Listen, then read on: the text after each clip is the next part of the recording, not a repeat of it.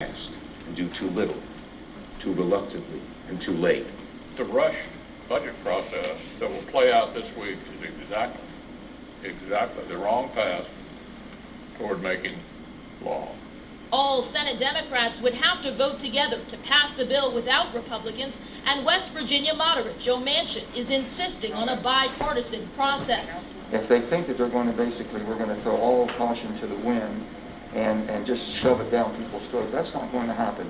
The partisan rancor pausing today for a final farewell to Officer Brian Sicknick, the Capitol police officer who lost his life defending that building from a violent mob bent on derailing democracy.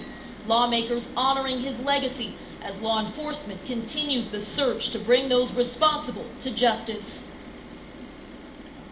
That attack on the Capitol and the motivations behind it will be the central question next week as former President Trump faces his second impeachment trial.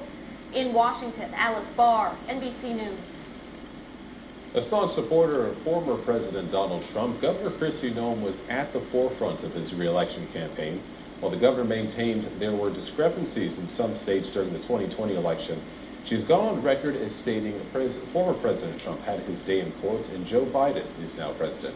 What we haven't heard is Governor Noem's thoughts on what happened after the election when Trump pushed to have the results overturned. Tonight we continue with a portion of our sit-down interview with the governor, something she will only see here on Dakota News Now. I'm curious in getting your thoughts on this. I've wanted to ask you this question for a while, and I now have the opportunity. In the weeks following the November presidential election, former President Trump was very outspoken in his criticism towards Governor Kemp of Georgia, a Republican, and Governor Ducey of Arizona, also a Republican, saying that they weren't doing enough to further the process, to figure out if there was election fraud. They weren't doing enough, in his estimation, to make sure that the will of the people had been done. He thought there was a problem there. I'm interested in your thought on this from this viewpoint. You're a supporter of the former president, but these are also two Republican governors, leaders of your same party. When you saw that unfolding, what did you make of it, if anything? You know, every governor has a different situation, and I didn't like a lot of the comments that President Trump was making. I always supported the policies that he pursued while he was president because they were good for South Dakota. But many times his language has been very difficult for a lot of us to take. After the election, there was discrepancies in different states with how the election unfolded, and I was pretty clear that I believed President Trump deserved his day in court. He got that. He lost all of his legal challenges, and therefore we saw a peaceful transition of power to President Biden, and that is what makes America special. And so I've got a quick follow-up Sure. for you, if I can. Do you believe Joe Biden was duly and properly elected? As we sit here with you right now, do you have any doubts or concerns? I don't. I do think that there was discrepancies in some states, and we'll just have to go through. Those states have the ability to go back and evaluate how their election proceeded. But he was elected, and we had the transition. He was sworn in. I attended his inauguration, and I look forward to working with him on policies that will actually be good for South Dakota. Be sure to catch that full interview with Governor Noem online. Just search Governor Noem on your Dakota News Now app. 3 new COVID-19 related deaths were reported in South Dakota today, the state announcing just over 200 additional cases and 253 recoveries. The state's active case count continues to decrease, now sitting at 2,552. Hospitalizations increased slightly to 133. According to officials, over 31,000 residents have received both doses of the COVID-19 vaccine in South Dakota.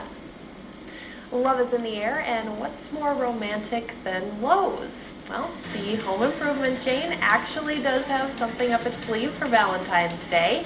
We'll have that story in about 14 minutes. Tyler. Kelsey, some much colder temperatures are on the way back to the area as we get into this weekend. We'll talk about how much colder those temperatures will be getting coming up in your first alert forecast. As President Biden's climate policy comes into focus, some lawmakers are worried about the jobs that could be lost. We will take a look when we come back on KDLT. Catch Dakota News Now at 9 on Fox Sioux Falls. It's new to occur, but should the White House push this issue? They should absolutely push this issue, and good for the Canadians for doing so in their own backyard. Look, this has been a persistent threat for years. It is clearly on the upswing right now. We're seeing an elevation in activity and violence from these groups, and we have to do something about it. Unfortunately, we don't have the legal structure in this country to take the steps that we need, which is why it is so important for Congress to finally take up and enact legislation making domestic terrorism a federal crime. It is defined in federal law right now, but there are no criminal penalties associated with domestic terrorism. It's just pretty incredible when you think about it. It's just, I guess, the relic of so many years of seeing that as something that came from outside the country. Tonight, we learned in all of these charges, though, Andrew, that a federal judge ruled that the so-called QAnon shaman who stormed the Capitol, his real name is Jacob Chansley, should be given organic food after an apparent hunger strike where he claimed non-organic food was against his religion and sickened him. So that has happened. And then this woman, accused for taking part in the riot, is asking a judge to let her go to Mexico for a retreat. Let me play the exchange. We didn't knock down any statues. We didn't vandalize anything, but we did. We did, as I say that. We did break down the Nancy Pelosi's office door, and somebody stole her gavel. I was here today on January 6th when the new revolution started at the Capitol. So yeah, I'm proud of everything that I was a part of today, and I'll be proud of everything that I'm a part of at the next one. I mean, it's pretty stunning, right? That's her speaking to camera about what she did. We don't know if the judge has approved her request to go to Mexico, but what do you make of this behavior? Well, you know, I mean, these kind of statements are an investigator's dream. I mean, every time these people open their mouths on that day and recorded it, they said things that are going to cause them bigger and bigger problems in their upcoming criminal cases. As for the judge's decision with her request, it's a bit ridiculous when you're currently charged with a federal crime to try to leave the country. The standard for granting someone bail is if they present, or denying bail actually, is if they present a danger to the community or a risk of flight. You could easily make the argument that someone who attacked the Capitol presents a danger to the community, and now she's trying to fly outside the country. So it'd be interesting to see how that decision goes. Right, I mean, I guess it would be shocking if she was allowed. It's just amazing, these people making such a joke of it. All right, well, I appreciate your time. Thank you so much, Andrew McCabe. Thanks, Aaron. And next, more experts tonight saying it's time to get as many people vaccinated as possible, even if that means delaying second doses for some people. Is that the right thing to do? Plus, the business dealings of Joe Biden's brother, creating a new headache for President Biden. Is that net carbs or total?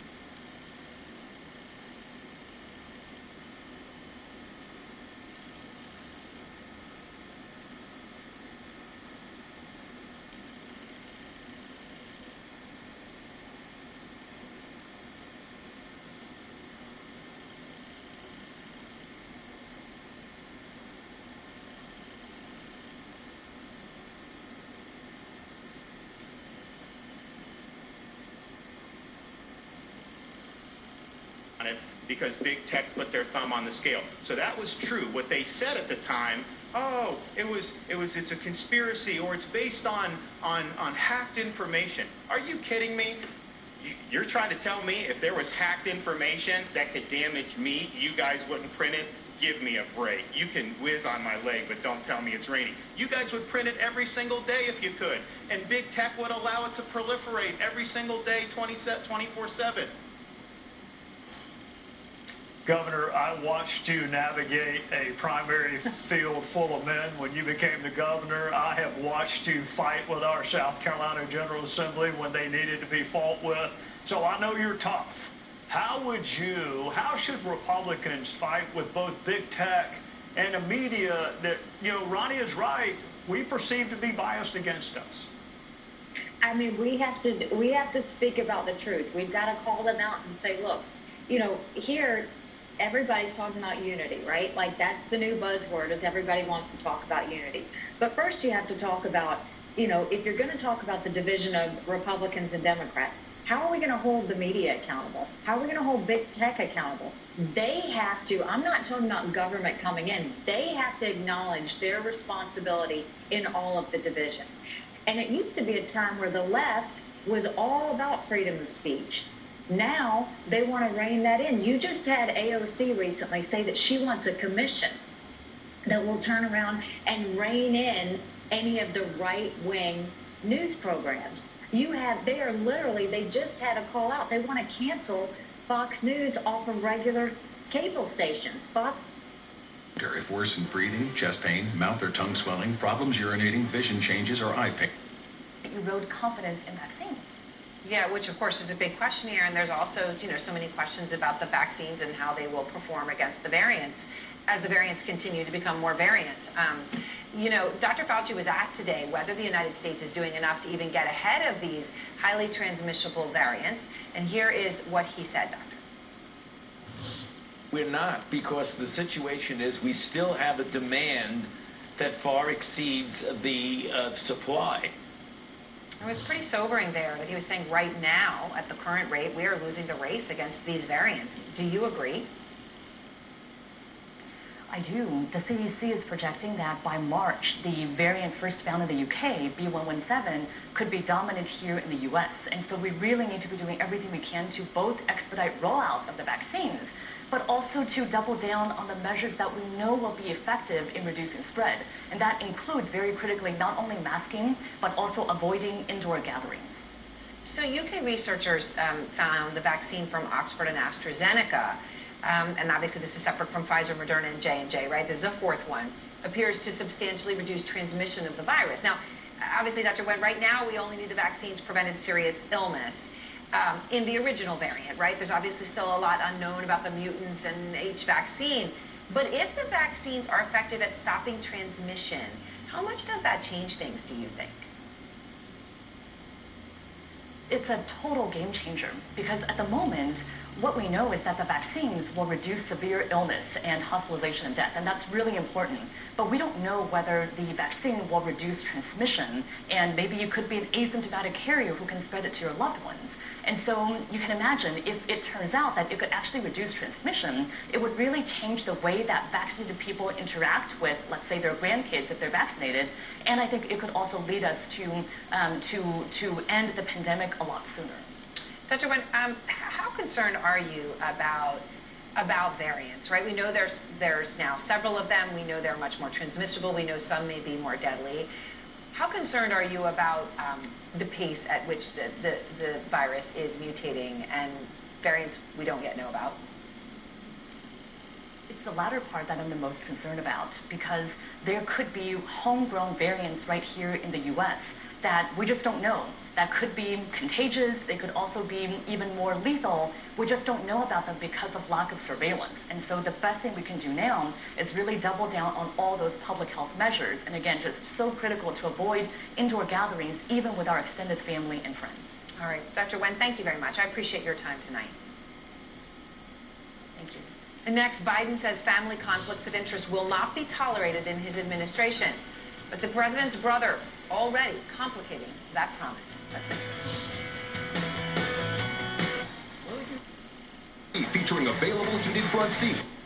$3. Good luck to you, Ashley. Thank you, Very nice thank you. having you here. Ladies and gentlemen.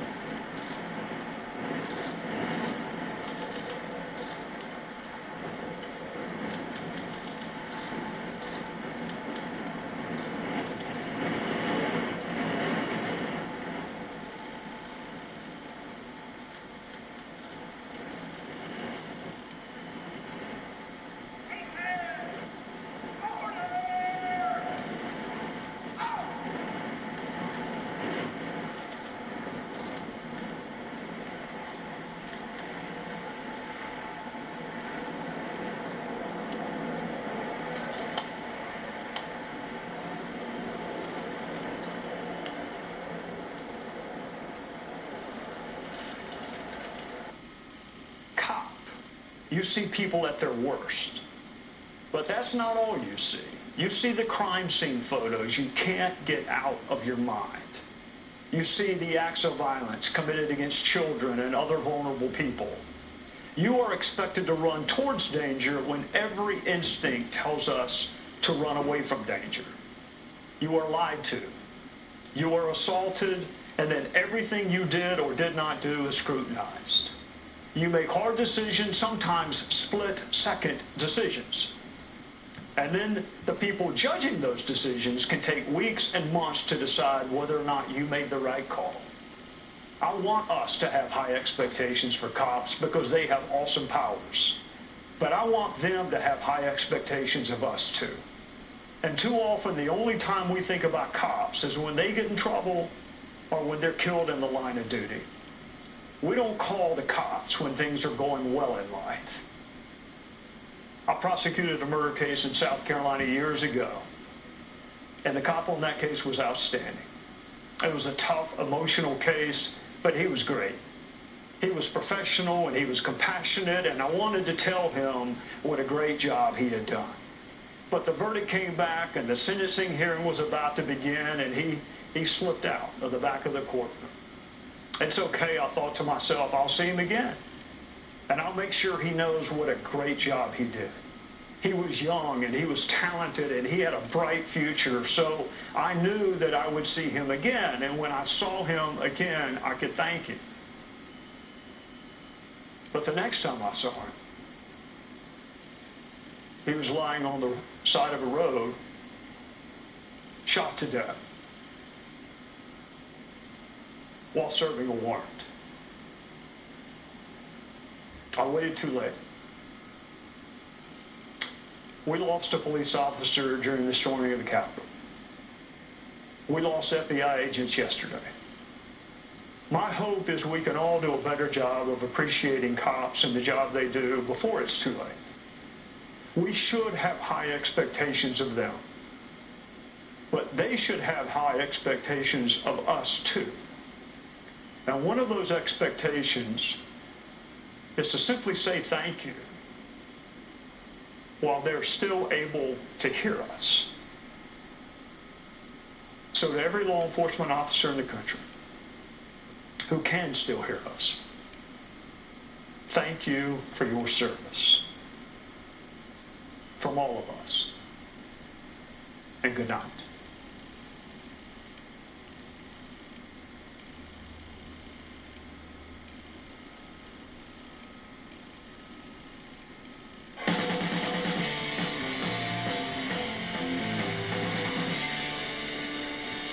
Good evening and welcome to Tucker Carlson Tonight. Happy Wednesday. On November 22nd, 1963, a man called Lee Harvey Oswald murdered the President of the United States. There were a lot of questions about what happened, but there was never any question about who Lee Harvey Oswald was. Oswald was a passionate and committed communist. In 1959, he gave up his American passport and defected to the Soviet Union. There, he married a Russian woman and lived in Minsk. 3 years later, he returned to this country and immediately began attending rallies in support of Fidel Castro, the communist leader of Cuba. In the fall of 1963, Oswald traveled to Mexico City and met with KGB agents there. A few months before, in Dallas, he tried to murder General Edwin Walker because Walker had given speeches attacking communism. For shots in arms has never been more important. And why is it that Democrats are just getting control of the Senate from Mitch McConnell today? It all in starts right now. Good evening from New York. I'm Chris Hayes. Tonight, it seems Kevin McCarthy and the House Republicans are refusing to discipline a member of their caucus who has openly called for violence, and thus proving once and for all there is no real civil war between the Trump Republicans and the establishment Bush-era holdovers. If there ever was, it's over. One side absolutely walloped the other. Not only did the Republicans not discipline this member, according to reports, a lot of the people in the caucus apparently gave her a standing ovation. The division in the party has been amplified because of two contentious figures that the GOP House caucus has been trying to figure out what to do with. Now, the first is Georgia Congresswoman Marjorie Taylor Greene, representing the Trump Republicans, much of the Republican base. She is a wealthy construction heiress who shifted her congressional campaign to a district she didn't even live in, and she has spent years posting insanely offensive, violent, conspiratorial nonsense on the internet. From saying that a secret Jewish Rothschild space laser started California wildfires, to claiming Muslims should not be allowed to serve the United States Congress, to indicating support for executing prominent Democrats, including Speaker Nancy Pelosi. Just today, Mother Jones reported Greene was a moderator of a Facebook group featuring death threats and racist memes. This afternoon, the House Rules Committee, of course under control of Democrats, passed a resolution to strip Greene of her committee assignments. And they did that because Republicans wouldn't do anything. They did it after Minority Leader Kevin McCarthy declined to take care of it within the Republican caucus. Speaker Pelosi responded with a press release blasting McCarthy for handing the keys to the party to Greene and referring to the GOP leader as McCarthy Q California. According to multiple reports, Greene apologized to her Republican colleagues in private for her past comments tonight, although the extent of that apology is a little unclear.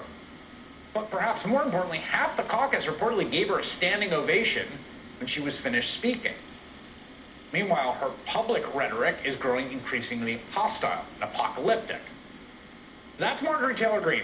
On the other side of this so-called civil war in the Republican Party, another woman in Congress, Congresswoman Liz Cheney, who is, of course, another heiress. In this case, the heiress to the Dick Cheney political line. Also like Greene, she moved to run for office, in this case from Virginia to Wyoming, and Cheney represents a sort of Chamber of Commerce neoconservative Republican Party of the Bush years. Now, to Cheney's real credit, she voted to impeach the leader of the Republican Party and the president, Donald Trump, with a very, very strong statement about him inciting a mob of insurrectionists to overrun the Capitol. For that, Liz Cheney is now facing the possibility of being voted out of House leadership. In fact, House Republicans are meeting about this right now. She has fellow Republican Congressman Matt Gaetz showing up in Wyoming to attack her, leading a Republican civil war against her. But stop yourself and ask this question. If Liz Cheney ran against Marjorie Taylor Greene in a presidential primary for the Republican nomination, who the heck do you think would win between the two of them? I think we know the answer. In fact, in 2016, we had a near approximation of it in Trump versus Jeb, and look what happened there. The reason for that is because Donald Trump and Marjorie Taylor Greene are closer to the primary voting base of the Republican Party than Liz Cheney. And the problem for the Cheney faction, if you can even call it that, is they have nothing to offer. The Republican Party right now faces a choice between being the loyal opposition and being essentially a seditionist caucus opposed to democracy. Remember, right now, as I speak to you, the majority of Republican members of Congress is on the record voting for the latter, voting to overturn a Democratic election. Okay? So those in the Republican Party who, again, to their credit, want to at least stay on this side of that line, to stay the loyal opposition, they have no affirmative argument for what the Republican Party should be that has any appeal whatsoever to Republican primary voters. Forget other voters. Senate Minority Whip John Thune perfectly embodied that message in a tepid condemnation of Marjorie Taylor Greene, quote, asking the House GOP, do they want to be the party of limited government, fiscal responsibility, free markets, peace through strength, and pro-life, or do they want to be the party of conspiracy theories and QAnon? I got news for you, Senator Thune. No one wants those first things that you listed as a Republican Party, at least the first part of it. I mean, let's be clear, the Republican Party doesn't actually stand for that. The Trump years were not free markets when he's handing out tens of billions of dollars to farmers unilaterally, and limited government when he's doing end runs around congressional votes to stop him from funding the wall to do it unilaterally, and adding a whole new space force and enormous record-setting deficits to get tax cuts for corporations. No one is buying what you're selling, Chamber of Commerce Republicans. You cannot win the battle for the soul of your party with that platform because no one actually wants it. No one in the base wants it. Swing voters don't want it. No one wants it. The people in the base of the Republican Party want to destroy the opposition. They want the country ruled by them, no matter what. And if that takes overturning elections and changing the law so that certain kinds of people can't vote, or whipping a mob up to intimidate members of Congress, so be it. Somewhat of a standing ovation from a good portion of the conference that we're told.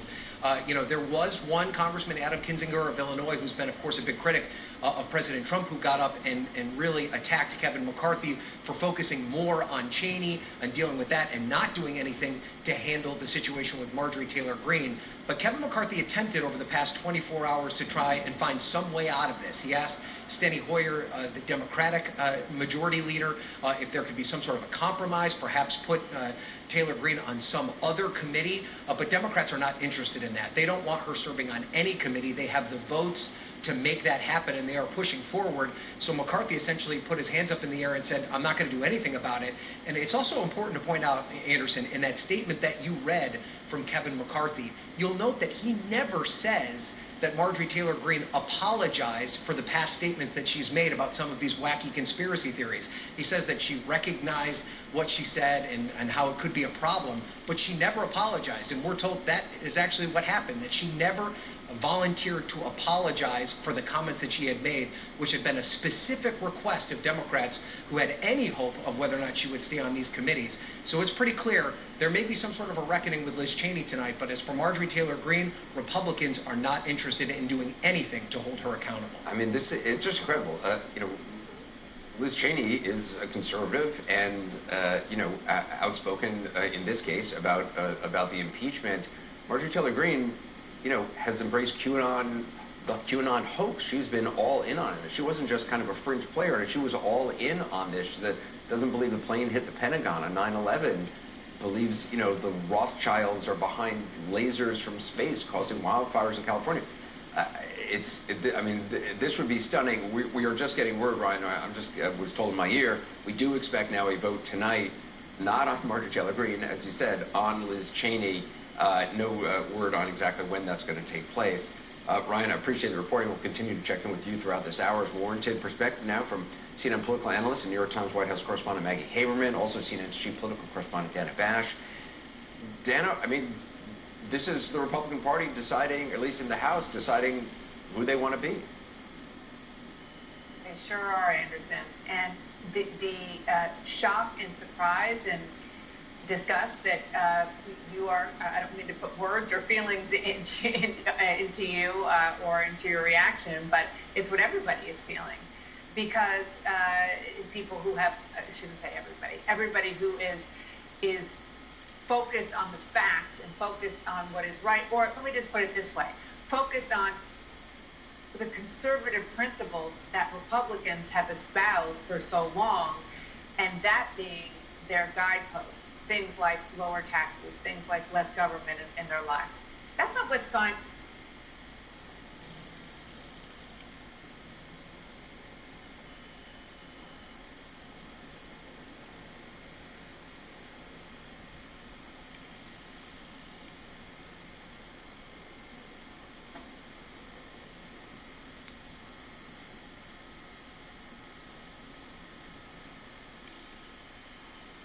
C-SPAN's Washington Journal every day. We're taking your calls live on the air, on the news of the day, and discussing policy. Carroll. According to Kevin Carroll, quote, we saw 5 dead in the January 6th attempted coup d'etat. Now, Carroll didn't explain who exactly those 5 people were or how exactly they died. It would be nice to know that, but facts were not the point. The point was that this was an attempted coup d'etat, and the U.S. government needs to act accordingly. Again, we are quoting here.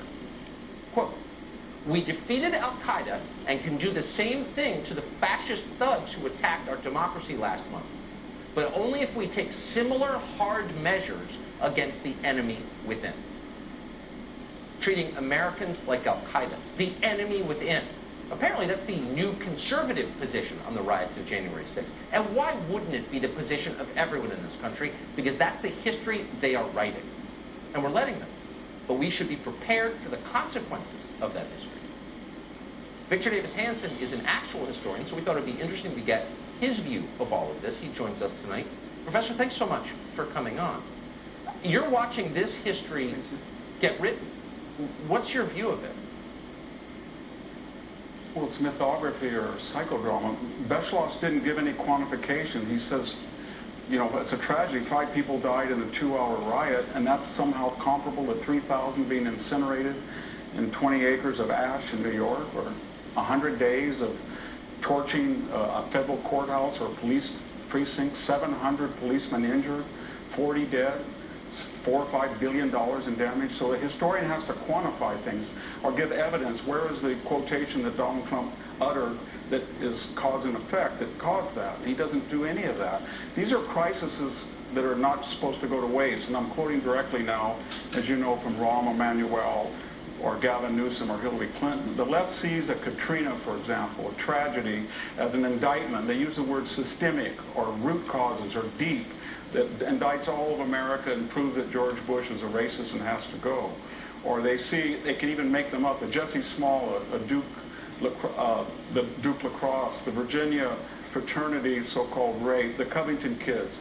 These show that there's systemic racism and misogyny and homophobia. Sometimes they're real tragedies, Michael Brown or George Floyd or this Capitol riot, but they warp the details, and so they turn a tragedy into all policemen are racist, and therefore you must do the following. Which leads us finally, Tucker, why do they do it? I think one reason is they don't have confidence that the progressive agenda appeals to 50% of the people. But under terms and times and eras of hysteria and fright and terror, it does. So they push through that agenda. We've had all these executive orders. Tucker, we haven't discussed them. We're all talking about sedition and civil war, why Joe Biden is rewriting the Constitution in the last 4 years through executive order. The other final thing, Tucker, is they always play offense. It's like a teenage abusive relationship of a teenager with the parent. You did this, and you did this, and you did this. And finally the parent says, okay, what do I have to do? And that's when we have to impeach the president. Maybe we should vote for impeachment. Maybe we should buy into the Russian collusion. Will that satisfy you? And of course it won't satisfy you because there's nothing there. It's an abusive, calibrated act. And they interpret, unfortunately, balance and outreach as not as magnanimity to be reciprocated, but as weakness to be exploited. And it doesn't stop until you say, you know what, call me a racist, a homophobe, a protectionist, anything you want, but let's look at the facts, and I'm not going to be bullied. And you made a really good point about the past. That's right out of Orwell. The people who control the past can create the future, and you control the past in the present, and that's what they're doing. They blame Muslims, they blame immigrants, they blame black people, they blame women.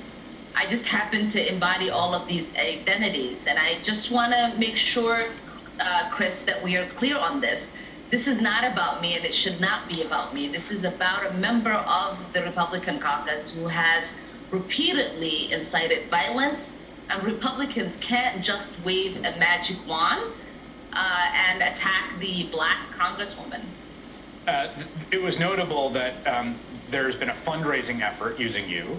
The fundraising, he complained, the Democrats are trying to expel me from Congress. And it was interesting, the Democrat behind her there is you, not, Speaker Pelosi or House leadership. I think everyone understands what that's about.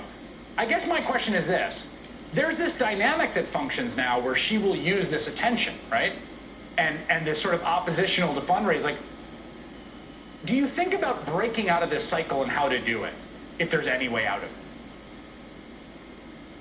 No, I mean, the Republicans truly have lost their way. Their party is destroyed. Their base now is conspiracy theorists, it's cowards, it's opportunists, it's grifters, and sadly, they're becoming the Looney Tunes. These are people who we can't take serious. They're not here to do the people's business. They are here to just be obstructionists and make a mockery of not just our government, but our country. There is, of course, this individual congresswoman who's the subject of this question today in this House Rules Committee. Attention, she ran because of this ad with her with a gun next to you and other Democratic lawmakers. And, it just seems to me that and you tweeted about this, about feeling like this sense of threat or menace. Alexandria Ocasio-Cortez talked about this. We saw it embodied in January 6th. This is not theoretical. But just the degree to which the idea of physical intimidation, the threat of violence, of menace, of armed people has entered into the oxygen, the atmosphere of the building and the place you work, that should be a question of sort of debating politics. Yeah, I mean, and so many people have asked, could there be violence? Could this lead to violence? And, they seem to forget that 5 people have already lost their lives in the events of January 6th, including a Capitol Police officer. Hundreds more people could have. We currently have members of Congress who are moving their offices away because they fear for their lives. Alex talked about the trauma that she's living with and has lived with since January 6th. I sent a text message to my ex-husband and told him, if I don't make it out, please make sure you tell my children I love them. This is not a joke. This is not a game. These people are threatening to our environment. They are threatening our ability to do our work. They are really making it hard for people to survive and exist in a free democracy where debate and discourse is supposed to be celebrated.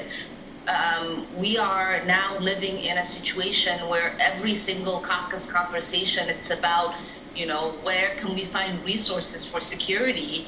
How are we supposed to check if our panic buttons are working?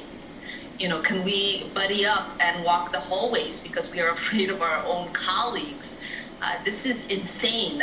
No other work environment that is this toxic would sustain itself, and we can't sustain ourselves as members of Congress in this situation.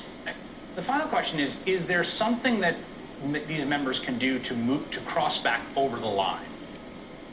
Whether it's Marjorie Taylor Greene, whether it's the others that voted to overturn this election, what would do that? What would be a way, when you say it's unsustainable, short of removing them from Congress, which I think probably won't happen, and I think there's small d-democratic arguments for why that might not be ideal. What could happen? They can show leadership.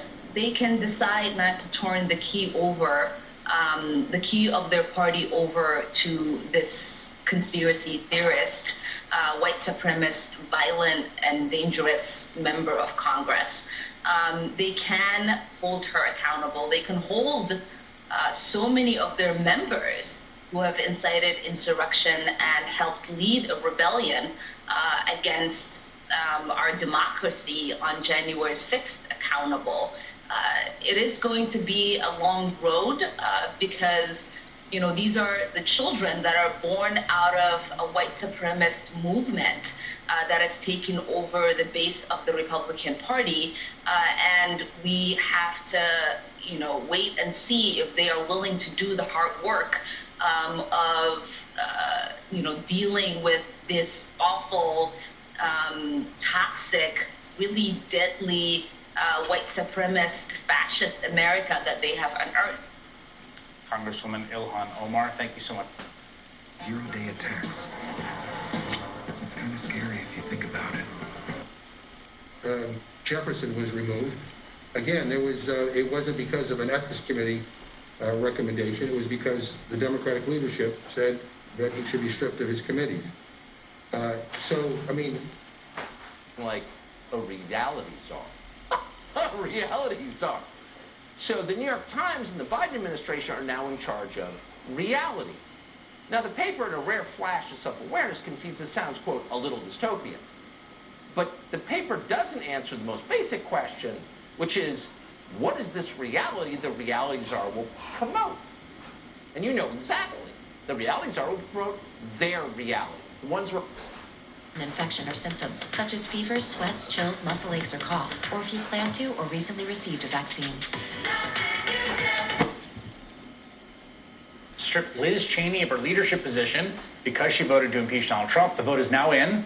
House Republican caucus has voted by secret ballot to let her keep her job. NBC News correspondent Leigh Ann Caldwell is at the Capitol, and she joins me now. How did this vote go down? Do we have a tally? Hey, Chris, we do. The vote just took place in this room right behind me, down a flight of stairs. The tally was pretty significant in favor of Liz Cheney, about 145 to 61. So that means there was just about 60 members who voted to strip her from her position as the number 3 Republican in the House conference. So it was a secret ballot, so we don't know exactly how people voted. But I will say that it was a lot less than I expected. There was hours of debate about Liz Cheney and her role, and in the conference, everyone was talking about it was a family discussion, so we didn't get a lot of details. There seems to be a big muzzle around what did happen there. But we do know that Marjorie Taylor Greene, who there was not a vote about her tonight, she did get up to speak, and there were some members who gave her a little bit of a standing ovation. She was well received, I am told.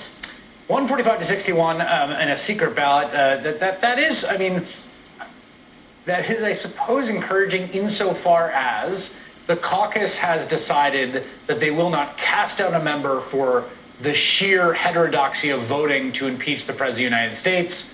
And that's a fairly wide margin, although deposing leadership is a big deal. I mean, if it had gone the other way, it would have been an enormous earthquake, right? It would have been extremely significant, especially on the same day that they were having this big discussion about Marjorie Taylor Greene, who has said in the past that Parkland was a false flag operation. She had been a supporter of QAnon.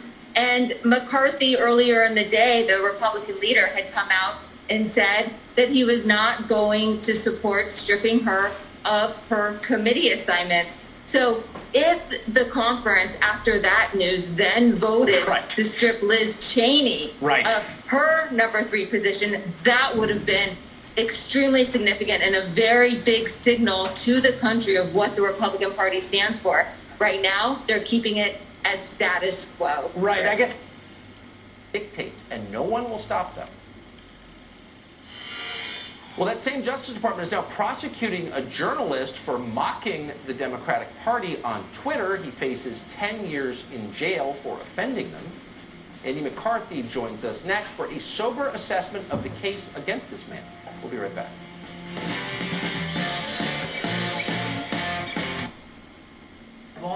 Any other questions? He asked a lot of stuff. Let's do this. Let me let the whip talk, and let Liz Cheney, our conference chair, who just got a resounding shot in the arm, that we got a team, and remember what this team is. This is the exact same team that didn't lose 1 seat in the last election. When I saw a lot of you write stories about whether this team would survive after we lose 15 or 20 seats. No, we didn't lose 1 member, we gained. And a little later this week, we'll gain another seat as well. We'll be at 213. It'll be the slimmest majority in the history of modern history for Congress. And you know what that's going to mean? 2 years from now, we're going to win the majority. That's because this conference is more united. We've got the right leadership team behind it. And I look forward to watching to make sure we've got the right focus for this country on putting it back on track. All right. Thanks, Kevin. Liz, tonight our conference rounded a really important corner. We spent hours where members on every side of this issue looked each other in the eye, aired their grievances, and were very candid and honest with each other, but addressed this as a family and addressed this as a team, and ultimately finally worked to have a vote where we kept the entire team together. And we came out much stronger because now, while we've aired those grievances, everybody tonight was united in knowing that what is happening right now on the House floor, spending today over $2 trillion on a shell budget with no real accountability for what they're going to do with the money when there's over $1 trillion still available to help people get their businesses open. President Biden alone in 2 weeks has signed executive orders to destroy millions of American jobs and ship those overseas. In many cases where they're going to emit more carbon, making the same things we used to make right here in America. And his climate czar has acknowledged that he flies around on his own private plane, emitting 40 times more carbon than if he would have flown on a commercial liner. So the hypocrisy is very clear. The damage that they're doing to our economy is very clear. And our resolve to unite, to fight for the hardworking families of this country, to round the corner on COVID, to get our economy back on track, to safely reopen schools, that resolve has never been stronger after looking each other in the eye, talking through the differences that we had, and finally coming back together as a stronger, united Republican conference. And with that, our conference chair, Liz Cheney. Thank you very much, Whip, and thanks, Leader. We really did have a terrific vote tonight, a terrific time this evening. laying out what we're going to do going forward, as well as making clear that we're not going to be divided and that we're not going to be in a situation where people can pick off any member of leadership. It was a very resounding acknowledgement that we need to go forward together and that we need to go forward in a way that helps us beat back the really dangerous and negative Democrat policies. Thank you guys. Thank you very much. Look, it's just an example. This Republican Party is a very big tent. Everyone's invited in, and you look at the last. Looney lies. Tribute to Officer Sicknick, who lost his life on January 6th. You can watch that on C-SPAN, that happening here, also on C-SPAN. Available in Mike's Giza Dream. White supremacy and domestic terrorism. We've got to keep America safe from the crimes that. Total was 145 supporting Cheney, 60 voting against her, and 1 voting present. That really isn't close. She truly had the support of the House Republican Conference here tonight. And I also think we need to point out how important it was that this was a secret ballot. This really allowed Republican members to vote their conscience and not have to worry about the blowback of casting a ballot in support of Liz Cheney and that somehow being interpreted as a vote against President Trump. So even though Cheney did receive strong support here tonight, we cannot ignore the fact that President Trump and his presence, the former president, I should say, still looms very large over this conference. And it will be interesting to see the juxtaposition of the vote total for Liz Cheney here tonight and how many Republicans vote to remove Marjorie Taylor Greene from those committee positions on the House floor tomorrow. Remember, that will be a public vote. We know who will vote for or against that, so those Republicans will have to be accountable for that. So it's quite likely here tonight that we're going to see Republicans that voted to keep Liz Cheney in her position,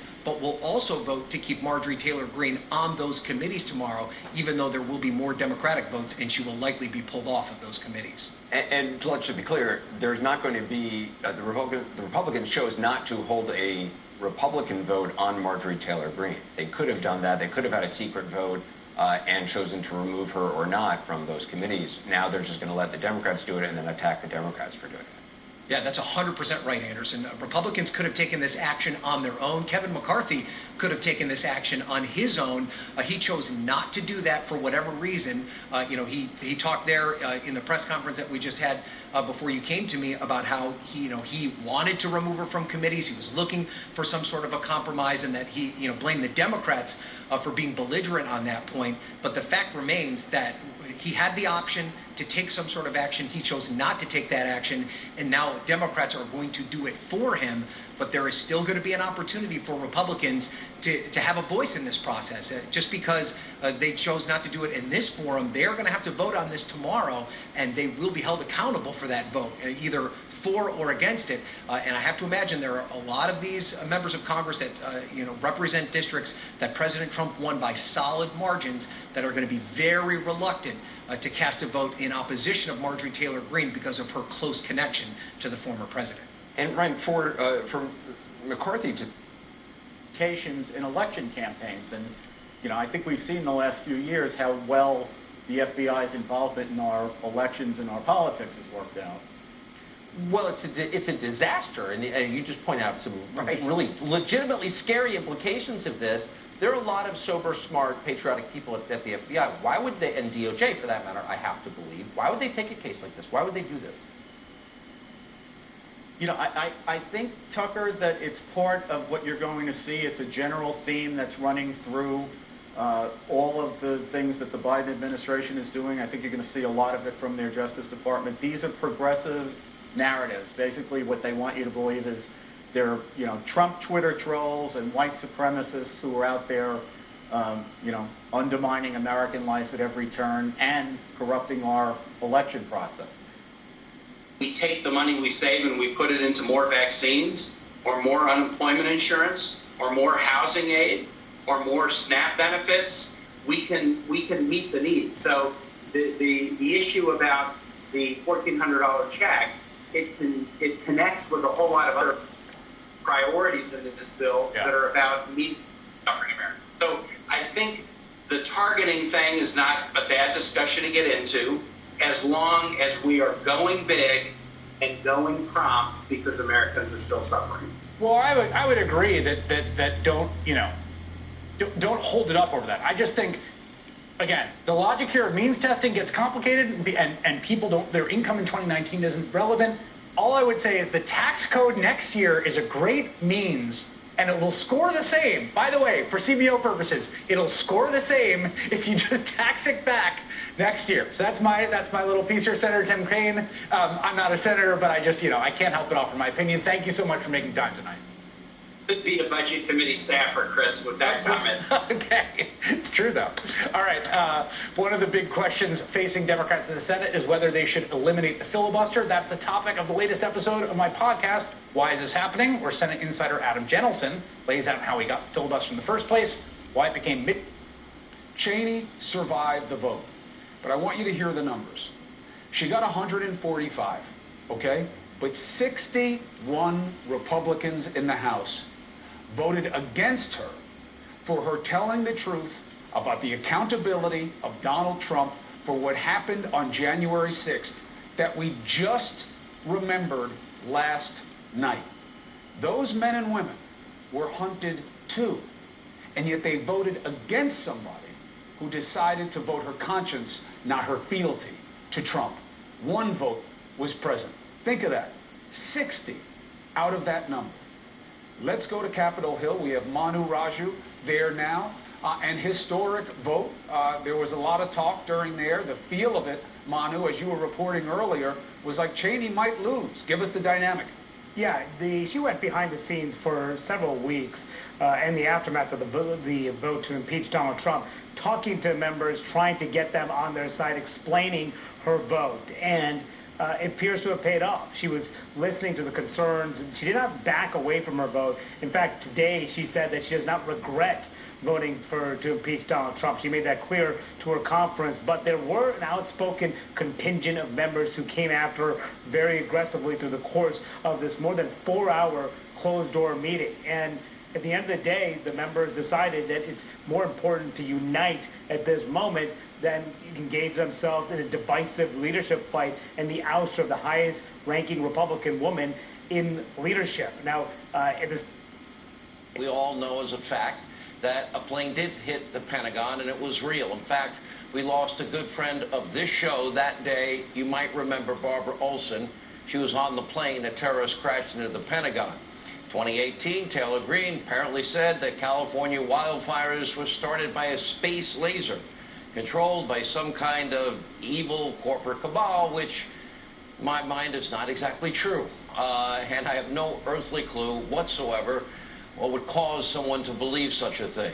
Also recently disturbing, a video surfaced showing Taylor Greene chasing down and kind of berating a kid that survived the Parkland shooting, school shooting. He lost friends that day. And she accused him of being a trained actor. I'm sorry, I don't go there. I think kids are off the table. Poor kid had been through hell. The families who lost loved ones. They're all watching this.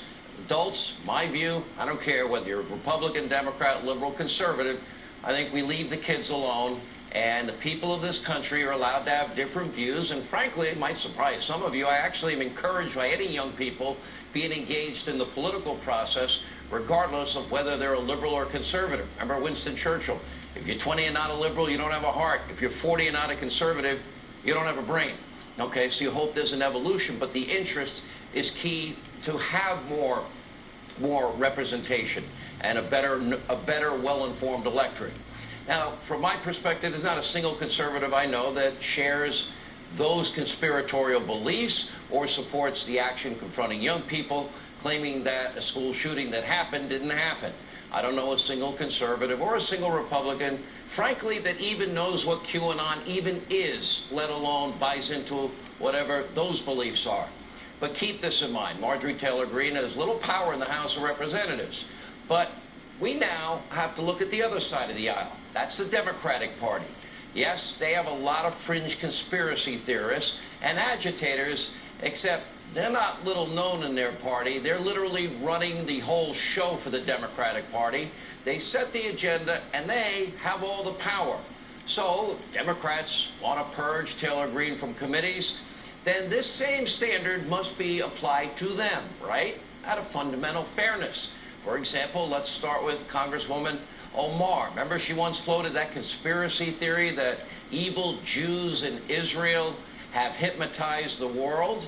She said that the Council on American Islamic Relations was founded after 9/11 because some people did something. You mean killed 3,000 Americans? That's something. And in 2019, Congresswoman Omar used an anti-Semitic trope, alleging that Jewish influence in America, it's all about the Benjamins, baby. Remember that line?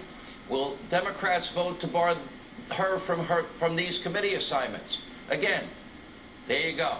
Shouldn't the same standards be applied to both sides? Both Congresswoman Omar, fellow squad member Congresswoman Tlaib, they have also frequently palled around with, yes, that woman, notorious anti-Semite and anti-Jewish conspiracy theorist, that's Linda Sarsour. We've talked a lot about her. Where are the consequences for them?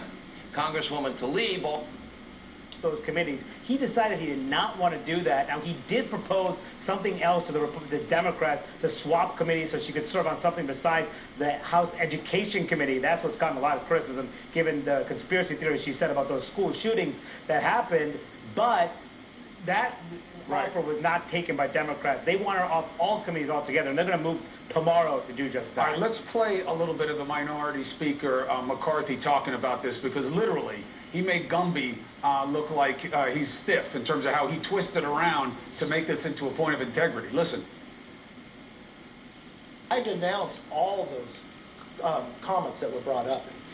Everybody, and she came inside our conference and denounced them as well. She said she was wrong. She has reached out in other ways and forms, and nothing that she said has been based upon since she's been a member of Congress. And the voters decided she could come and serve. Denouncing QAnon, I don't know if I say it right, I don't even know what it is. Any from the shootings, she said she knew nothing about lasers. Boy, there's a page of the Trump book. I can't wait till it gets turned. I don't even know what QAnon, I don't even know what it is. Yeah? Oh, you should just remind him next time you see him. Remember all those signs that the people are holding up as they savagely attacked our Capitol? Remember it said QAnon? That's QAnon. Boy, the lies. So he relies on two bases. The first one is she denounced all these things.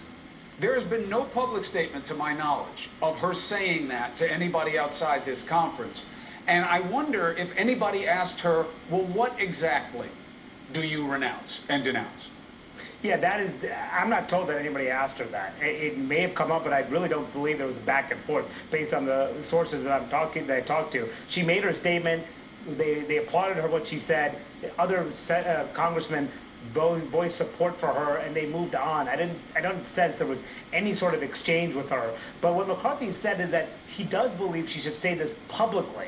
And other Republican members I talked to, even ones who are supporting her staying on the committees for now, still want her to go out publicly and denounce QAnon and say that she doesn't believe these conspiracies that she has said that she, just as recently as 2018 and 2019, believed. So will she do that? We just don't know, because we've been asking her questions, Chris, for the last 2 days in the halls, everywhere she's gone. She has refused to answer any of our questions. So will she say it publicly and actually do that? We'll see. And I tried to ask McCarthy, some of that exchange you played, Chris, was my back and forth with McCarthy as I was trying to get him to explain how he appears to be endorsing this woman whose views that Mitch McConnell called a cancer to the Republican Party. I said, well, how could you just take one private comment and suggest that this long pattern of things that she said, that one private denial is enough to wipe away everything she said in the last couple of years?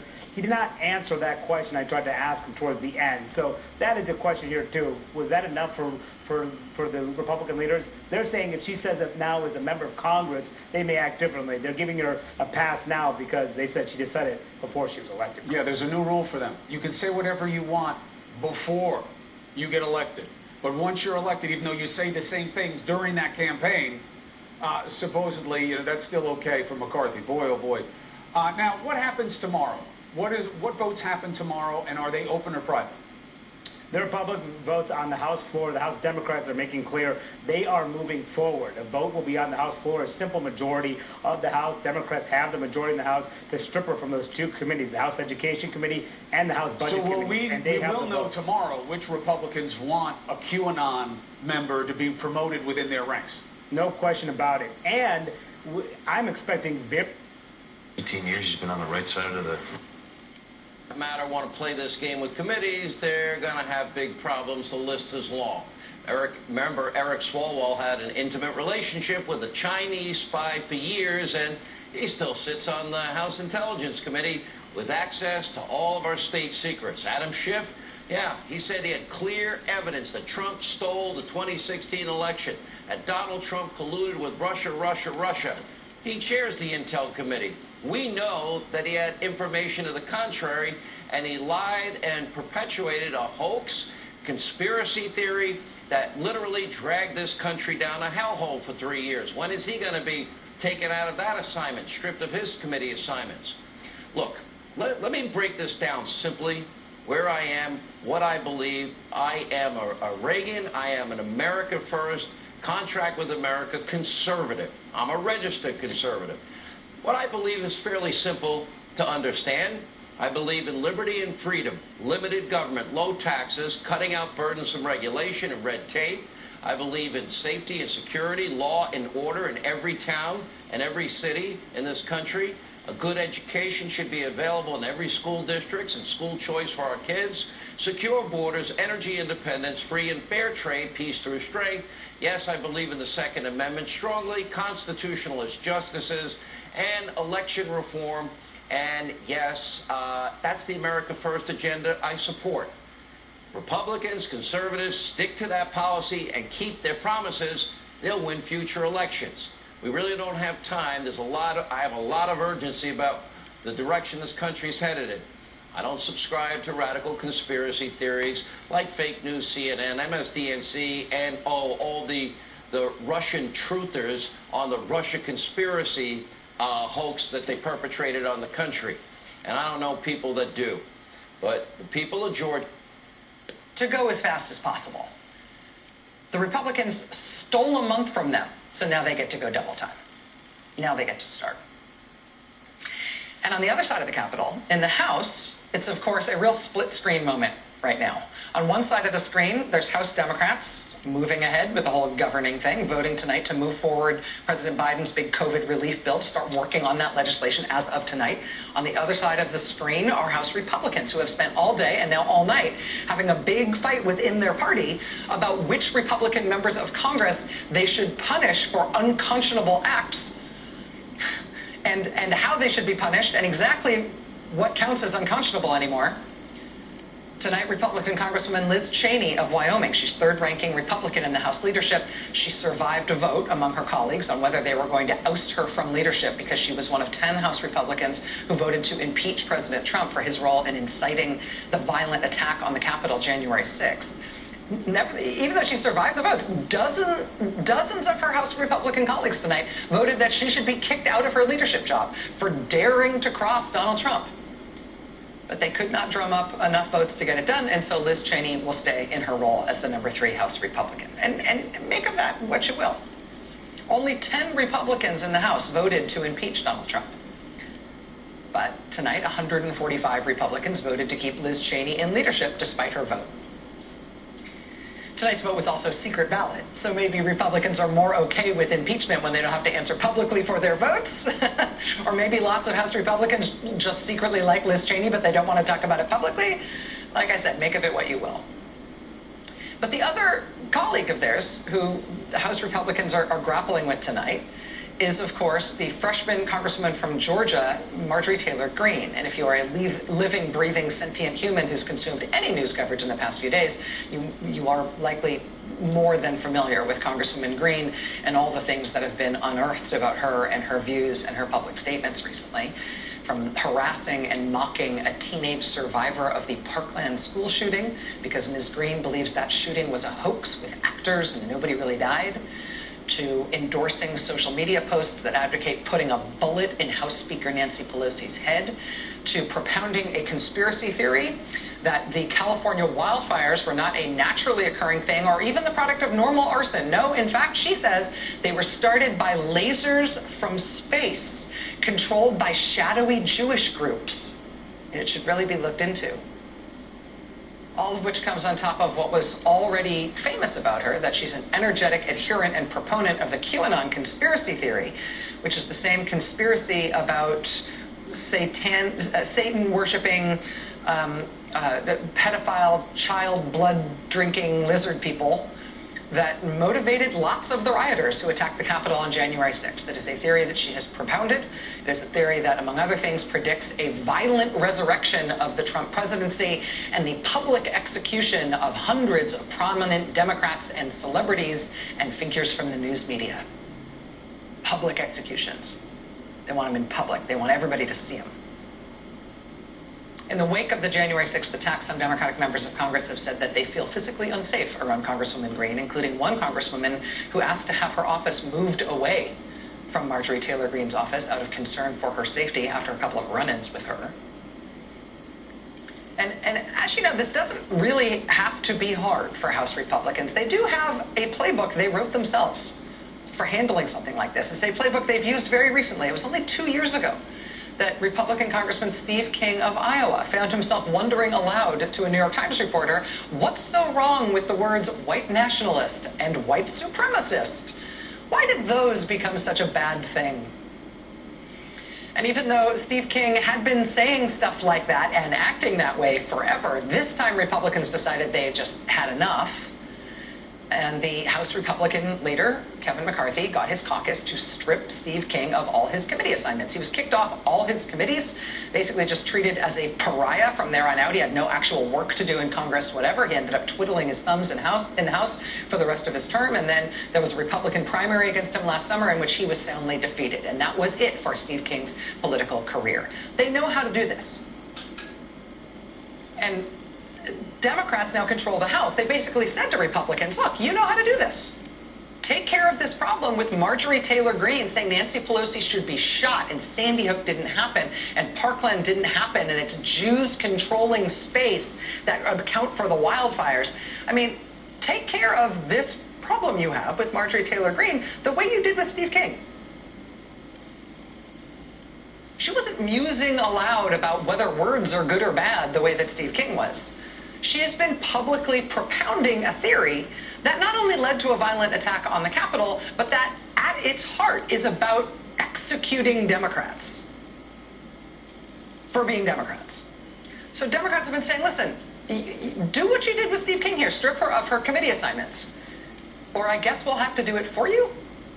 Democrats have been particularly incensed that Republicans put Ms. Greene on the Education Committee, somebody who believes that mass school shootings in recent years have been a hoax and that no kids really died. Put her on the Education Committee. But this time around, House Republicans have not been able to bring themselves to use the Steve King playbook. Maybe it was the supportive phone calls that Congresswoman Greene claims to have received from Donald Trump.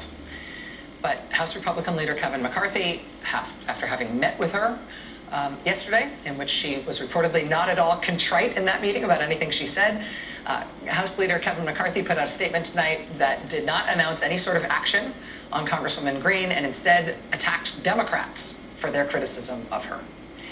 And so tonight, the House Rules Committee approved a resolution that will strip Congresswoman Greene of her committee assignments. Again, the same punishment that befell Steve King. The full House is going to vote on that tomorrow. That means that all House Republicans will now be forced to go on the record voting to support Marjorie Taylor Greene or not. Voting to go on the record as to whether or not you can serve as a Republican member of Congress after calling for the execution of the Speaker of the House. Very few Republican members of Congress are actively defending Marjorie Taylor Greene or any of the things she has said or done. They're mostly arguing process. They say if Democrats remove her from her committees, that's bad. That's a bad thing for the other party to do, because whatever party controls Congress, that party can then remove the other party's members from the committees. The Democrats don't seem swayed by this argument. Here was Rules Committee Chairman Jim McGovern of Massachusetts at tonight's hearing. if the precedent's going to be that if somebody advocates putting a bullet in the head of a member of Congress, and if that is going to be the new determination as to what it takes to throw people off of committees, I'm fine with that. I'm fine with that. I'm fine with that. Can we all agree on that? Can we all agree that if you call for putting bullets in the heads of other members of Congress, that's the line? Republican members of Congress, does that seem like a reasonable line for you? We'll just set that as the threshold? Is that okay as a Like, yes, now. Yeah, I've been approved. Yeah. Access under the law. We don't seem to have any of that in this country today. That's right. Tomorrow, if it goes like I think it's going to go, the Democrats have the votes. They'll probably remove Marjorie Taylor Greene. That's why I co-sponsored that amendment where we substitute Ilhan Omar for Marjorie Taylor Greene, because we're trying to get one for one. If you're going to take out one of ours, we're going to take out one of yours. But we're still in the minority. But we've got to get the majority back in order to be able to apply this. But I tell you what, we have to keep talking about this because it is so disparate. This treatment here and what Nancy Pelosi's done to try to irrigate power to the center, that is a huge problem. And this is just one more step in that. Matt, what's going to happen again? Tomorrow they are going to take the unprecedented action of substituting the will of Washington for the will of people in this country. And when we get the majority back, we better apply the same standards. So often I see the Democrats actually fight to win and Republicans are playing some patty cake game. I certainly hope that's not the case, that we point out the hypocrisy and the double standard, because it is eating away at our voters and the country. And Jason, you've said it publicly, you've told me privately. It's one of the reasons that, you got fed up with Congress.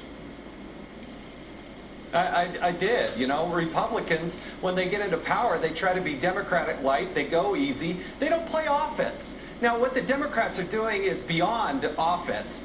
This is just offensive, and it is a dangerous, dangerous precedent.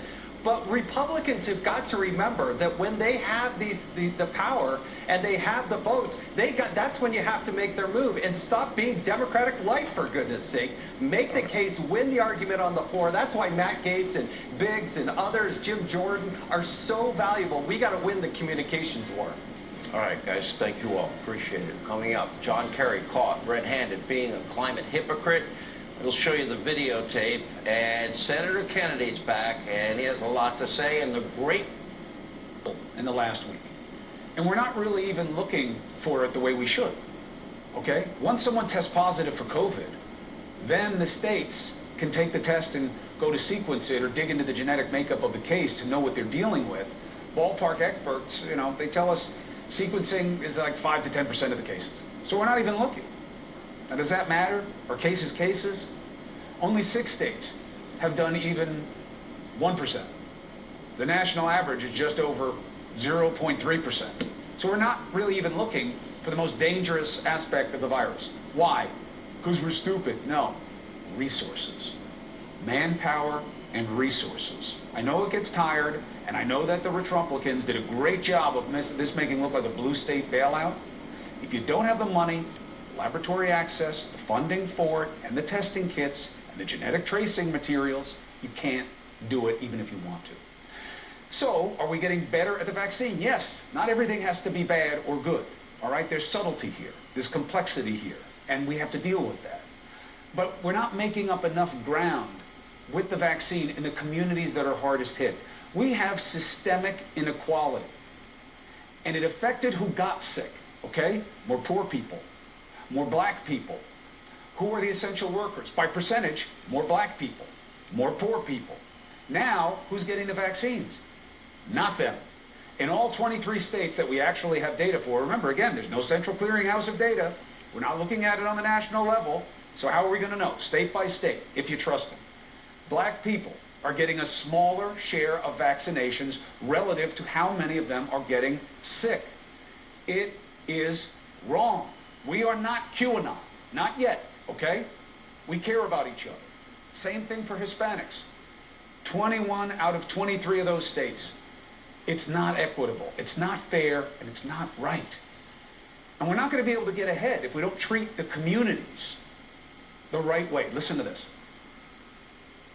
We're not, because the situation is we still have a demand that far exceeds the supply.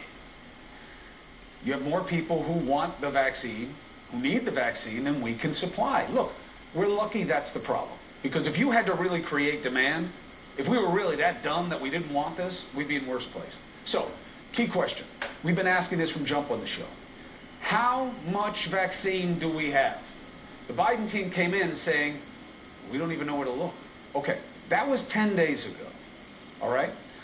We've heard a lot of talk about how much more is coming. I still don't know what this number of 16% that then moved to 20%. I know that the Biden administration said, no, that's not the difference between 5 shots and 6 that we can get with this extra syringe that for some reason we never make, but we can now for Pfizer.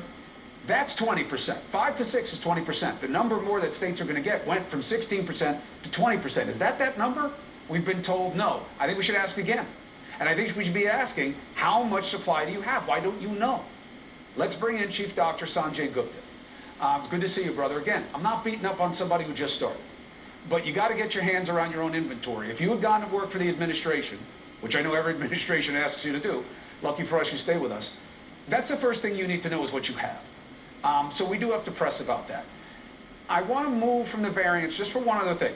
There's no way we're going to beat the variants if we don't mask up. No way.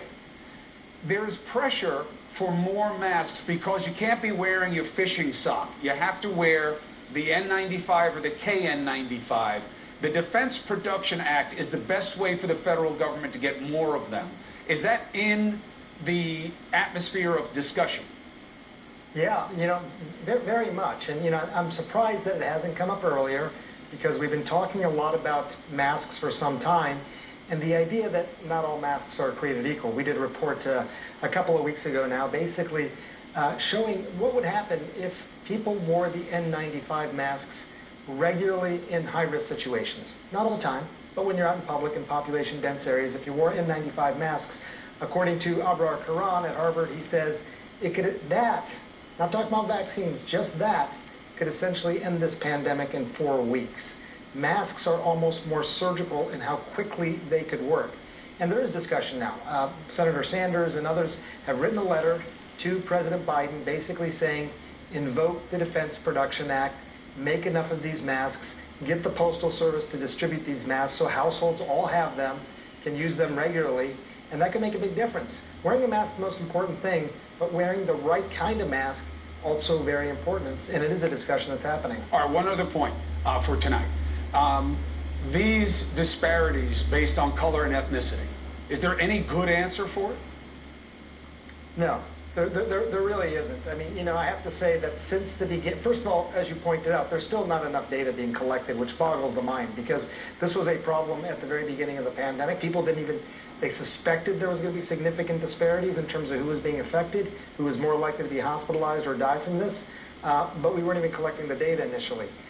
Now, when it comes to vaccinations, we are collecting some data, but it's still less than half the country.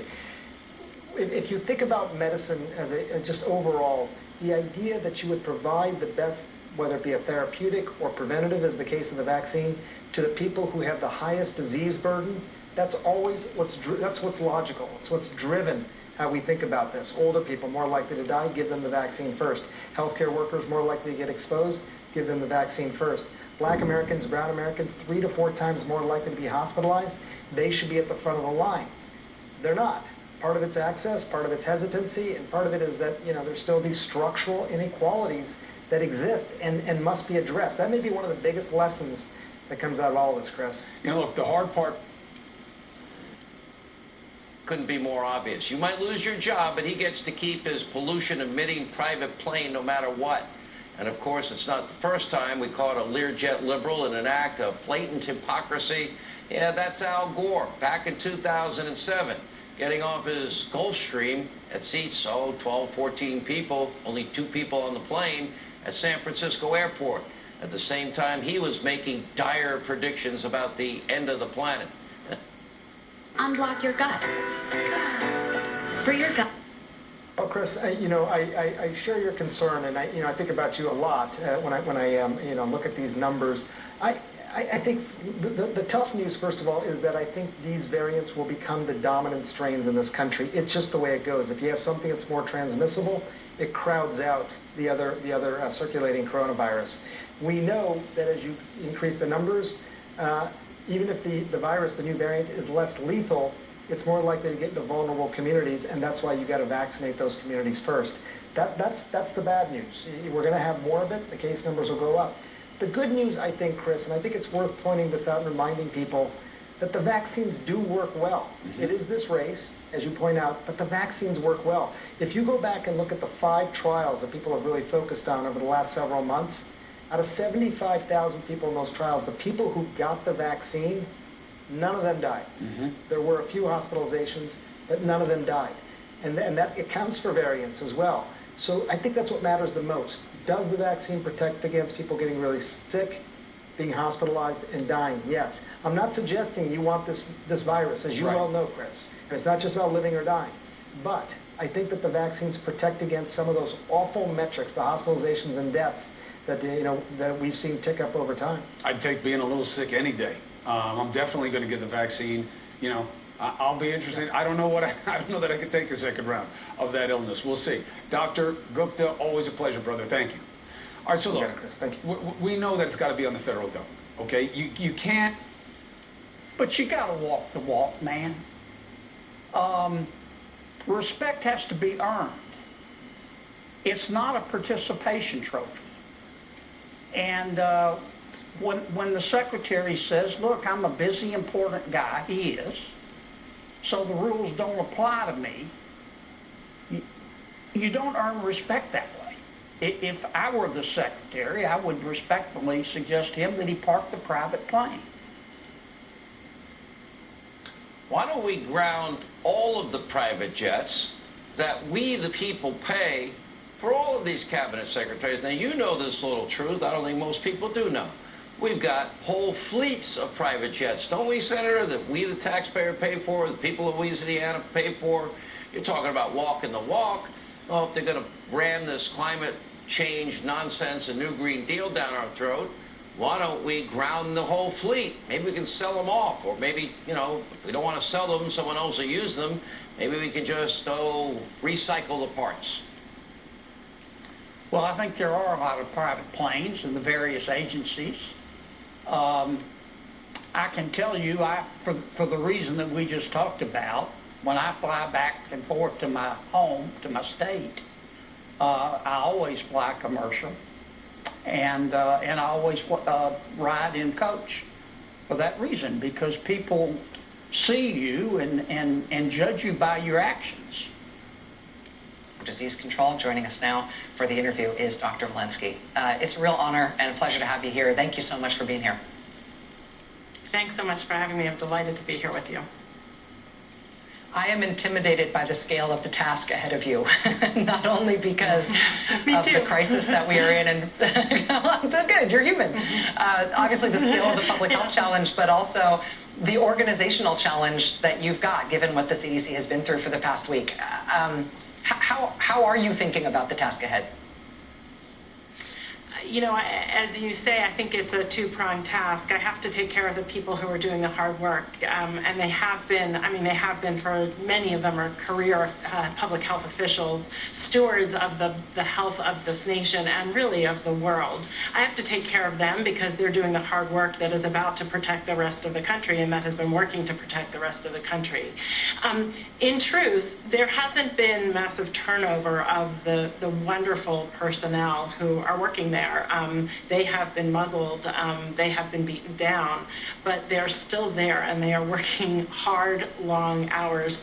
Over 8,000 of them have been working towards COVID-19 over the last year. 1,500 of them have been deployed to 250 cities across the nation and the world. And they are still there doing the work of public health and reviewing the science and making sure that science gets heard. I feel like I don't have the same worries that the Trump administration will do to you and do to CDC under you, the kinds of problems that we saw under the Trump administration. And so I don't feel like we need to protect CDC and to protect your independence in the way that needed to happen during the Trump administration. But I also feel like the solution to what we saw happen to your crucial agency over the last year can't just be, ooh, let's never do that again. Like, let's hope we always have good presidents and we always respect the guidelines in the future. I mean, are there things that need to change so that those kinds of problems don't happen again? Are there protections that you and your colleagues need just in case things take an ugly turn like that again? Absolutely. I think we need to protect our science. We need to make sure that there's no fingerhold over the MMWR, over the science that's produced, that we have the final say in that science. I was very clear before I took the position that they would hear the science from me, and it might not be good news all the time, and we had to maintain humility in terms of what we were learning, because science teaches us all the time. We will review the guidance and make sure that the guidance is up to date, that the soft language that might have been there is now turned to the hard language that the science needs to report.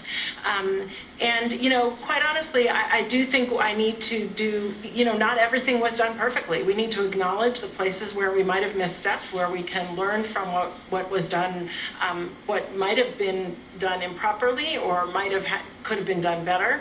And we need to review that so the next time we're in this position, we can do better the next time. Let me ask you about the sort of layman's translation of one of the virological things that's starting to get more and more attention now, and that is the variations and mutations of the virus that seem to be affecting its transmissibility, potentially its susceptibility to vaccines. For us, the public, who have been listening to guidance from people like you about wearing masks, about social distance, about the other things that we can do to try to slow and stop transmission, is there anything that we need to do differently because of the existence of these variants that we haven't already been doing? Is there any sign that any of the public health guidance we've been given about how to protect ourselves and others might not be effective against those variants? Yeah, it's a great question. I mean, you hear the word mutation and everybody thinks of a science fiction movie, right? So we know that viruses mutate. We know that they change their genetic code often every time they replicate. mRNA viruses mutate frequently. We expected mutations and we expected variants. Usually when there's a variant that becomes predominant, it's because it has some advantage to the virus, whether it's because it's increasingly transmissible, whether it's because it has increased mortality, or because it can escape our vaccines and our treatments. We know that some of the variants have increased transmissibility. There's increasing data that suggests that some of the variants, the B117 variant, may actually be lead to increased mortality. And the jury is still out with regard to how these vaccines are going to work with regard against these variants. We have to be follow the science, and we are learning more and more about whether our public health measures, our mitigation measures, our mask wearing, our distancing will be fully effective against these variants. But we have every reason to believe that they will. And the more case reporting that we are looking at with the variants that are emerging, the more we're actually finding that they were happening when masks and distancing weren't happening. So it's in fact the same disease, and we believe right now that if you follow the mask guidance, you follow the distancing guidance, the lack of gathering, and you don't gather, that you should be protected against these variants. What we know is that they'll probably be less forgiving when we don't follow that guidance. The best deal. Gabby saves users over stops. Different Facebook Live videos, and one thing led to another. I just went down this rabbit hole learning all this stuff. But I mean, what have we heard the last 4 or 5 years? Don't watch the news, fake news, fake news. I don't watch the news, I don't read newspapers, like I don't do anything. I've always been someone that you just tell me what to do and I do it. I grew up being told we were Republicans, so I've always been that straight red ticket. How do you think that videos like this started showing up in your feed? Well, originally I was just following like entertainment stuff, but sometime when maybe people started like campaigning, I started liking a lot of Trump posts and things that were anti-Biden, and the algorithm must have just brought that kind of stuff to me. Right before the inauguration, you didn't believe Biden was really going to get sworn in. No, I expected a blackout. I expected the TV to go black and nothing to work, and so we wouldn't see anything. The assumption of what would happen would be that most of the Democratic leaders there, quite a few of the Republican leaders, all the Hollywood elite that had attended, they'd all be arrested. The military's going to haul them off. They said that Trump opened back up Guantanamo Bay, and then the military would run the country, put us in martial law because the left come too unhinged and they'd be a danger to us. And then Trump would come back when the government was rebuilt. I know it sounds crazy. But you believed it. I did. And then Biden got sworn in. How did you feel? I was devastated. The belief among QAnon supporters that Biden would not be inaugurated was wrong. Ashley Vanderbilt realized she had bought into a conspiracy theory. Well, I was wrong. How do you feel now, knowing that you believed all this stuff? It's weird. I think I spent a lot of time this year isolated from everybody. You know, I've just been home a lot. I've lost my job last April in 2020, and I was super depressed. And I think in a way I probably lost touch with a little bit of reality and that almost that common sense. And so I'm not so much embarrassed for what I believe, but I mean, I feel foolish. A spokesperson for TikTok said the company is committed to countering misinformation, and content promoting QAnon is not allowed on its platform. After finding QAnon through TikTok, Ashley said the only thing that might have pulled her out of it before the inauguration was if Trump spoke out against it. I was the biggest Trump supporter there was. If he were to have said something, and if he were to just say Q's illegitimate, nothing's real in there, I think some people would leave. Maybe not all, the people that are way too far into it, but I think it would help a lot of. It would have helped you? I thought the world of him, so if he would have said that's not real, I'm not coming back, it is over, I would have believed him. Donnie O'Sullivan joins us now, and that's exactly why Trump went soft on them. It's the same reason Kevin McCarthy is doing it now. They want people like her. Now, people will watch this, Donnie, and say, oh, you know, she's not smart, or this is all on her. How easy is it for somebody to become radicalized in this environment? Yeah, I mean, Chris, you heard it there. She didn't even realize she was being pulled into this QAnon rabbit hole, right? She started seeing some TikTok videos, and before she knew it, she was in Facebook groups and watching YouTube live streams. And she said to me, you know, she is a religious person. She's a Christian. And it struck her one day that she was spending more time in these groups every day reading about this conspiracy theory than she was going to church. And, you know, she said she got to the point where she was wondering if she was putting Trump, this sort of idol figure in the QAnon conspiracy, above God.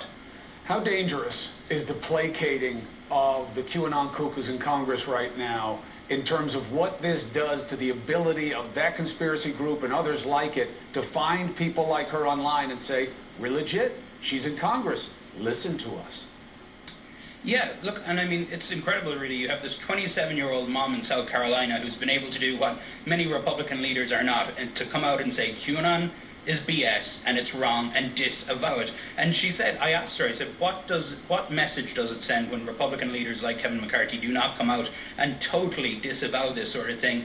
And she said it sends two messages. One, that they're endorsing it, that Republicans are endorsing this, and two, most concerningly, it sends the message, she said, to believers that if they're not coming out condemning this, that there's something to it, that they should continue to believe in QAnon. Donnie, thank you so much. I appreciate you doing the digging and finding these people, and frankly, getting her to do this interview and the way you handled it really makes a difference for people and for her. Thank you very much. Thanks, all right, remember that. It's not just wackos, people can be radicalized. We'll be right back. I love this Rakuten app. Look at, I like my sheets. Actual work happens.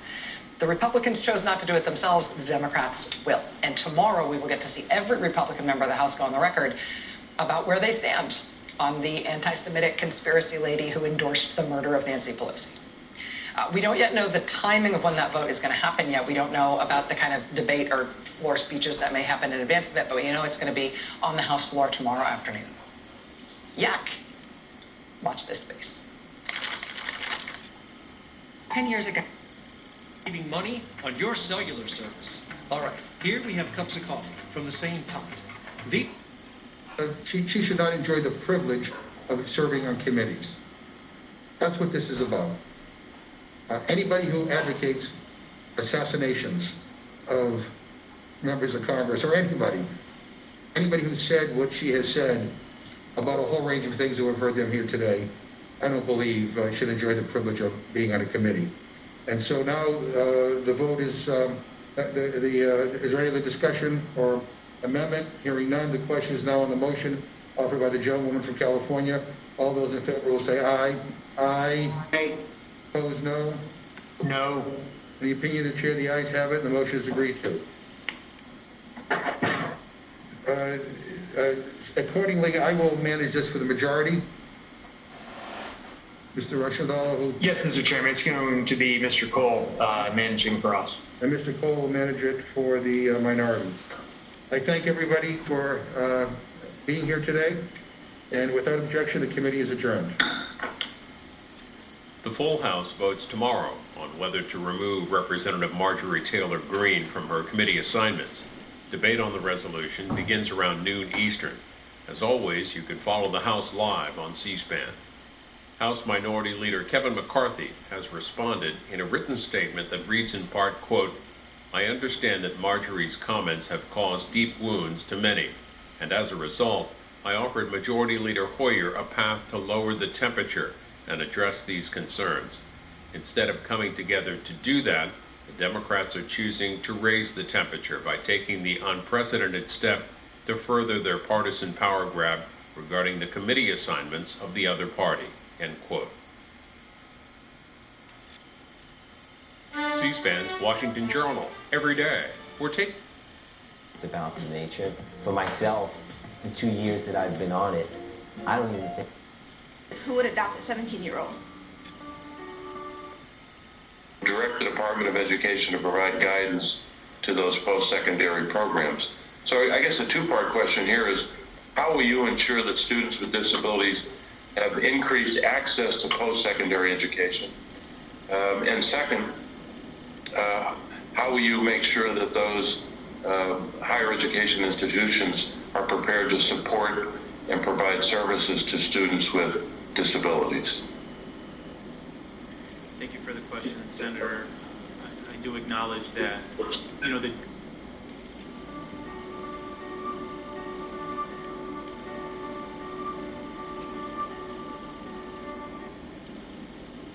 ever be like the media mob, you know, spread lies, conspiracy theories, massive hypocrisy, and double standards. That's pretty much 99% of the mob. Let not your heart be troubled. Mine's not, because Laura Ingraham takes it from here. Laura. Hey, Sean, fantastic show. It's always a new sideshow in Washington. As our borders are being overrun, as our economy, and the preeminence of the dollar will be in question if we keep going down this way. But let's focus on the sideshows, because that's what Washington does best. So that's we're going to pick it up for you. You know what? I'm about to be on the edge of my seat. I'm just feeling the percolating monologue about to be coming your way. Get a good glass of Cabernet and just sit back, okay? I think I'll try Tito's and wine. All right, sounds good. I'll be joining you afterward, Sean. Fantastic show. All right, thanks, Laura. All right, I'm Laura Ingraham. This is Ingraham Angle from Washington tonight. We begin with a Fox News alert. Just tonight, Defense Secretary Lloyd Austin announced each branch of the U.S. military will schedule a 60-day stand-down to allow each service to have, quote, needed discussions on extremism in the ranks. We're going to talk about this insane course of action with Ron DeSantis and Newt Gingrich in moments. Knowing the answers to the questions because you're going to get actual answers to the questions. Well, the thing that changes is that you don't have to anticipate what the interviewee is going to say, because or what they think or what was their motivation, because you can ask them directly, but you still need to know everything about the issue so you know whether or not what they're saying makes sense, and you know how to follow up and press them on it. But it is just, being able to interview Dr. Fauci and Dr. Walensky and I mean, you've been talking to the White House Chief of Staff, Ron Klain, and Andy Slavin has been on Chris's show, like being able to talk to the people who are making decisions about the decisions that they're making, particularly when the decisions are causing consternation, like this issue about teachers not having to be vaccinated before schools reopen. I mean, it's just night and day in terms of actually understanding the government's take and being able to press them where they need to be pressed. I think everyone knows that it was a trick question, that of course there's no way Rachel is going to find a way to do less homework for her show. That's just not gonna happen. Work is a force that gives life meaning. Mm-hmm. It's true. It's true. For you. For you. Thank you, Rachel. Thank you, Lawrence. Thank you. Our first. I know not all Republicans are like that, but your leaders are putting you in a very... You gave it a home. You gave it a home. You don't get a pass. You gave it a home, and I hope the Democrats are wise enough tomorrow to say, hey, Representative Taylor Greene, come on down into the middle, and I want to ask you some questions about what it is that you disavow. I want to ask you, so the Jews shooting lasers at us in space or it's not? not her. She doesn't believe that. It's not her. That doesn't represent what Let's she see said. her disavow every single one of those things and then explain why she said them. Yeah. Let me just say this. I've heard people saying, why are you guys paying so much attention to Marjorie Taylor Greene? Right? Because they just tried to kill us at the Capitol. That's why. And what I'll say is, I had a neighbor call me and they said, Chris, Don, do you realize every piece of mail I got as a Republican from the Republican Party had AOC on it? That they made her out to be the boogeyman. Worked. And if Democrats in this instance don't call out Marjorie Taylor Greene, they are not worth their salt. Yeah. So I get it. I got to run.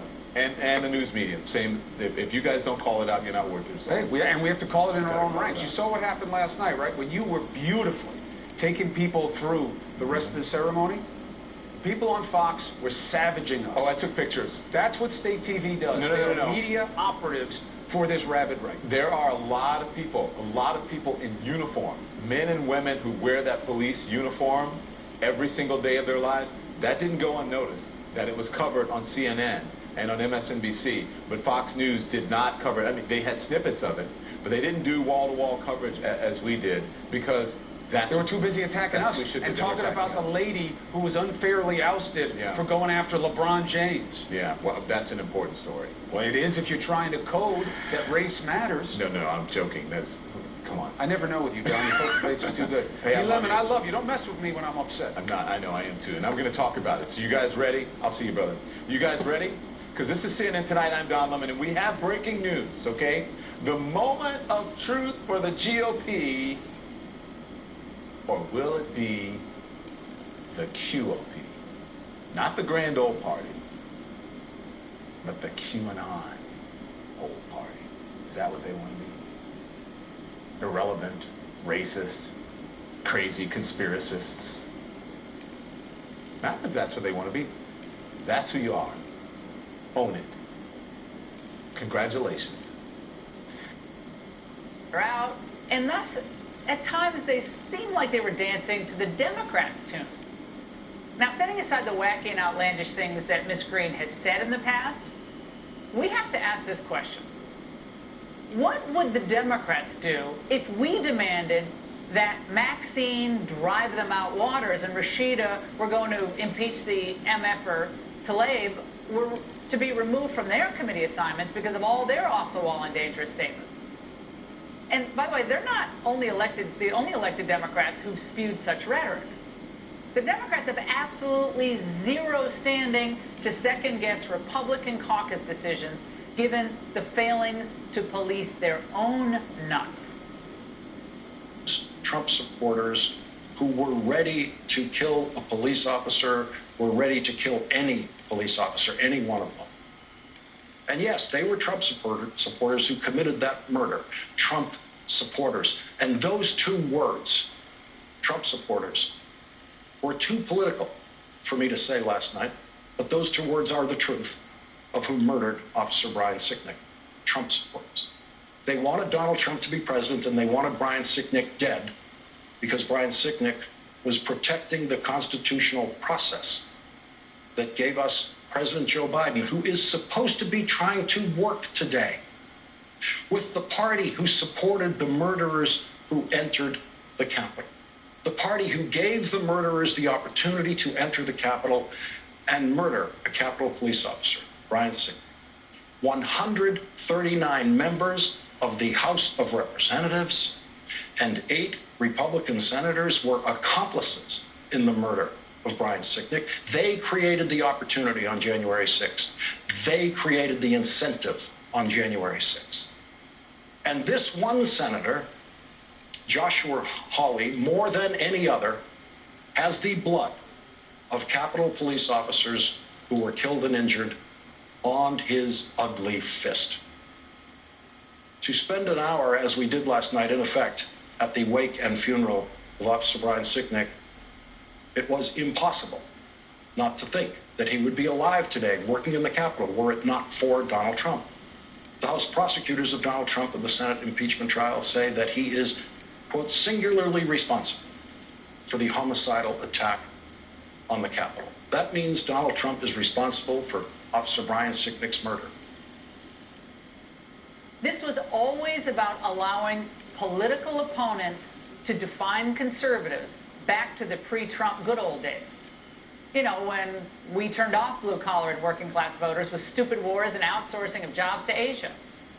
Nothing would make the Democrats happier and discourage Republican turnout than replacing a populist GOP with one led by the holdovers from the old Bush-Cheney years. Wouldn't you at least figure out what QAnon is? He knows. But he thinks you're stupid. But now Marjorie Taylor Greene says that those comments don't reflect who she is.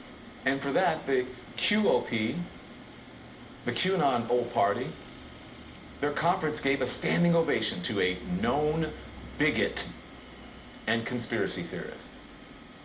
Let me just remind you what they're cheering for when they cheer Marjorie Taylor Greene. Let me just remind you of those past comments that he says he doesn't really understand, doesn't know about the whatever, and that she says doesn't reflect who she is. The so-called plane that crashed into the Pentagon. It's odd, there's never any evidence shown for a plane in the Pentagon. There is an Islamic invasion into our government offices right now. Kennedy getting killed in the plane crash. That's another one of those Clinton murders, right? 9/11. Do you know what 9/11 means to all of us, to everyone in this country, to the world? You know that. But to her, it wasn't real? In a bipartisan COVID relief bill? Senator Gary Peters was one of the 13 people in the Oval Office today when the President and the Vice President met with Chuck Schumer and the 10 Senate committee chairs. Joining us now to tell us everything that happened in that meeting is Senator Gary Peters, Chairman of the Senate Homeland Security and Government Affairs Committee. Mr. Chairman, thank you. Washington, D.C. to be their voice. And so the DCCC can throw whatever they want at me. It's not going to stick. I'll keep whacking down the moles. And you're exactly right. We can't just keep sacrificing Republicans to the DCCC and to the Democrat Party. They will look after their next head to scale. What is it about? I mean, I just want to... Member of Congress. She said this about Muslims living in the United States. If you want Islam and Sharia law, you stay over there in the Middle East. You stay there and go to Mecca and do all your thing, and you know what? You can have a whole bunch of wives or goats or sheep or whatever you want. You stay over there. But in America, see, we made it this great, great country. We don't want it messed up.